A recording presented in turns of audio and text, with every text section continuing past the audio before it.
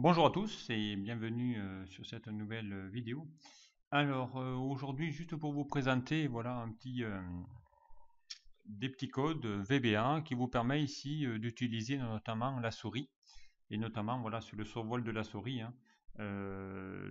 J'avais déjà fait une petite présentation qui vous montrait ici certains codes. Exemple ici, je reviens sur un exemple que j'avais fait. J'avais expliqué ici comment lorsque je passe la souris sur un bouton, voilà, il est capable d'aller ici faire afficher une infobulle par exemple. Infobulle, donc on va pouvoir ici bien faire apparaître lorsque je m'approche la souris sur le bouton et lorsque je sors de mon bouton. Voilà, juste sur le survol de la souris, ça va vous permettre ici de pouvoir afficher, donc déclencher un code, une macro qui va vous permettre ici d'afficher notamment ici une petite infobulle en fonction du message que vous voulez émettre, hein. Ici, voilà, un message, on va mettre un message nouveau, vous allez voir automatiquement dès que je vais valider.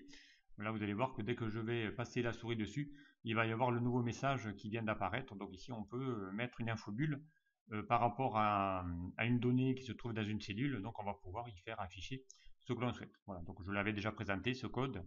Voilà, on va utiliser ici une propriété. Donc voilà, la propriété d'une shape, hein, c'est une forme qu'on va mettre à visible, vrai ou pas, en fonction ici du passage de la souris dessus ou pas. Voilà, donc et ainsi de suite, on va pouvoir ici changer ce genre de choses. Deuxième possibilité que j'avais vue ici, hein, j'avais montré ici comment faire en sorte à ce que lorsque je passe la souris sur un bouton, eh bien, ce bouton va changer de couleur. Il va également changer de nom. Donc là, pareil, hein, c'est exactement le même principe que précédemment, si ce n'est que là, il y a deux boutons superposés. Donc ici, si je vais dans l'onglet et afficher ici les volets, donc on va voir ici qu'il y a deux boutons, plus deux labels. Donc ici, il y a le label 1, il y a le label 2, voilà, il y a le bouton actif et le bouton inactif. Voilà, donc ici, ça vous permet ici de pouvoir afficher deux boutons superposés et ensuite, en fonction du passage de la souris dessus, grâce à deux labels, je vais pouvoir déclencher un code qui permet ici d'aller changer la couleur, par exemple, d'un bouton. Voilà, j'avais montré également l'exemple ici, mais ça n'a aucun à voir avec ici le passage d'un. Non, je vais fermer la fenêtre. Voilà, le passage ici d'un. Je vais sélectionner une liste déroulante, je vais pouvoir ici faire afficher les coordonnées. Voilà, ici, hein, correspondant à la sélection de ma donnée. Donc ici, je fais afficher Valérie. Voilà, ici, la barre en rouge de Valérie, elle est bien en rouge. Voilà, ici, cette information-là. Donc ça, c'est la version, évidemment, ici, que je vais faire via, ici, le passage d'une liste déroulante. Voilà, hein, et je vais ici y afficher les données. Voilà, j'avais montré également lors d'un précédent tuto qu'on peut faire exactement la même chose, mais là, sans utiliser de liste déroulante, uniquement en passant ici la souris. Donc ici, quand je passe la souris sur la personne, automatiquement, voilà, sa barre va se mettre en rouge systématiquement. Là, je vais passer sur Pierre, donc Pierre va se mettre en rouge. Je passe sur Michel, Michel va se mettre en rouge. Donc je veux ici voir apparaître les données correspondantes. Donc encore une fois, je vais utiliser ici quelques petites fonctionnalités, quelques codes, un code assez simple en VBA, hein, voilà, il va y avoir quasiment presque une ligne de code, pas plus, et on va utiliser donc ici un outil qui est le lien hypertexte, voilà, qui va permettre ici de lier par rapport à un contenu.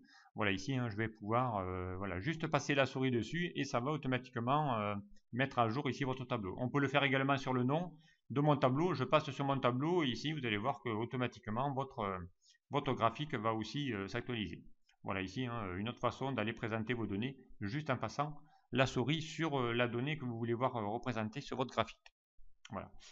Autre possibilité que j'avais montré ici, hein, donc ici c'était pour vous montrer, là celui-là je ne l'ai pas montré, mais pour vous montrer qu'on peut ici par exemple, je vais passer ici sur ma souris sur la photo, voilà, la photo 3, l'image 3, automatiquement ça va masquer une image et ça va afficher l'image 2. Je passe ma souris sur l'image 2, donc voilà, hein, ça va ici afficher quasiment les trois images. Je passe la photo, ma souris sur l'image 1, ça va ici masquer l'image 2 et me laisser l'image 3. Voilà. Donc ici, hein, la possibilité de faire afficher ou pas un objet en fonction de là où je me situe côté souris. Voilà, toujours encore une fois au survol de la souris. Donc je veux pouvoir ici masquer ou afficher des données. Donc pour ça, assez simple, puisqu'ici, hein, je vais utiliser, encore une fois, je vais répéter un code plusieurs fois. Donc ici, je vais utiliser encore une fois l'instruction mouse move, voilà, mouse move, qui vous permet ici de pouvoir, eh bien, en fonction de ce que vous voulez, sur quoi vous passez, eh bien encore une fois, utiliser la propriété visible à vrai ou pas. Donc ici, le fait de passer sur l'image 1, voilà, ça va automatiquement masquer l'image 2. Il vous le dit ici, l'image 2 devient invisible. Par contre, l'image 3 reste visible. Je les mets ici une propriété à trou. Je passe sur l'image 2. Donc là, pareil, je vais passer sur l'image 2. Donc l'image 2 permet ici d'afficher les 3 images à la fois, puisqu'ici, on passe ici l'image 2, et là, je mets ici l'image 1, 2, 3 qui sont à vrai. Donc voilà. Et si je passe ensuite ma souris sur l'image 3, donc là, eh bien, il vous dit que ça va cacher l'image 1. Il vous le dit ici, l'image 1 visible est à faux, et l'image 2, voilà. Donc ici, ça vous permet de pouvoir ici, assez rapidement, masquer, afficher ou, voilà, ou désafficher. Donc après, il y a plein de cas que vous pouvez élaborer grâce à cet outil-là, notamment des menus. Vous pouvez passer sur un objet, masquer un autre, et ainsi de suite. Voilà ici, le code, il n'est pas très compliqué, puisqu'il va le faire ici sur...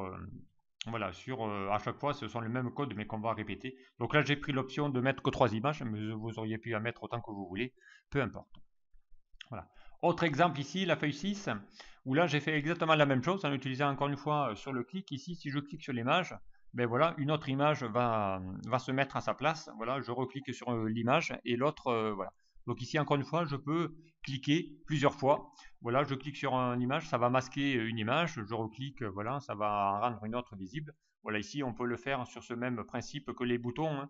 Je mets un bouton, je superpose 2 boutons, je clique sur un bouton, ça va en afficher un autre et vice versa, ça va afficher l'autre.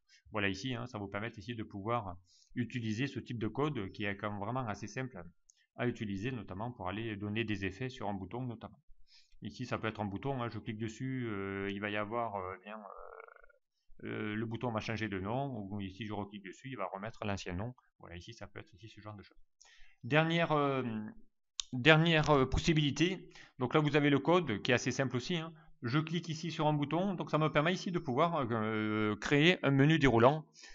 Ici par exemple, je vais aller cliquer ici, je vais cliquer sur le menu déroulant, ça va automatiquement m'afficher un menu. Voilà, et derrière ça me permet ici d'accéder à un menu. Par exemple ici je vais lui demander d'aller voir la feuille 1. Voilà ici, j'ai créé un menu dynamique qui me permet d'aller ici sur ma feuille 1.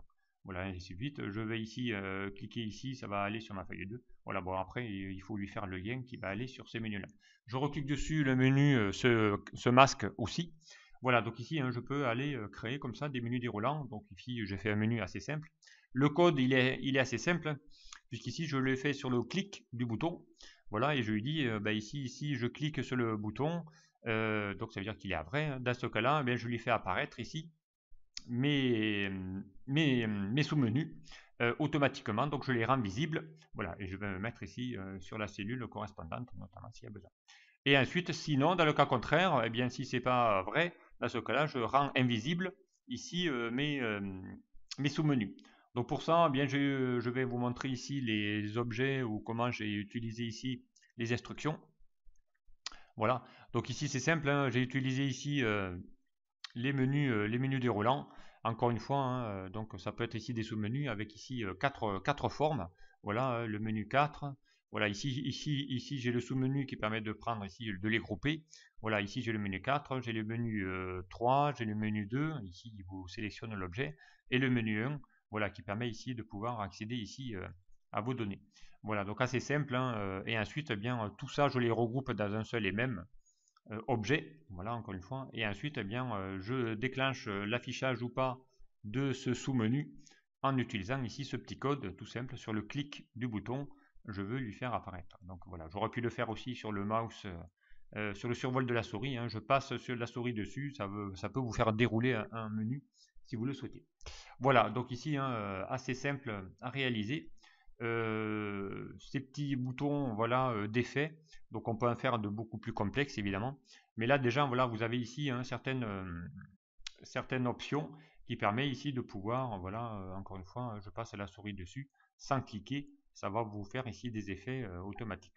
Voilà, et ici pareil donc sur les prénoms, voilà ça va automatiquement rendre un graphique totalement dynamique.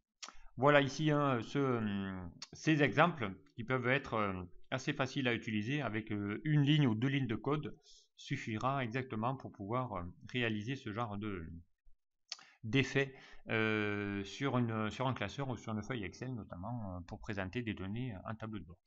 Voilà, donc voilà, petit tuto tout simple, succinct. Voilà, j'espère que ça va vous donner des idées. Voilà, ben, je vous dis à très vite sur un prochain tuto. Au revoir.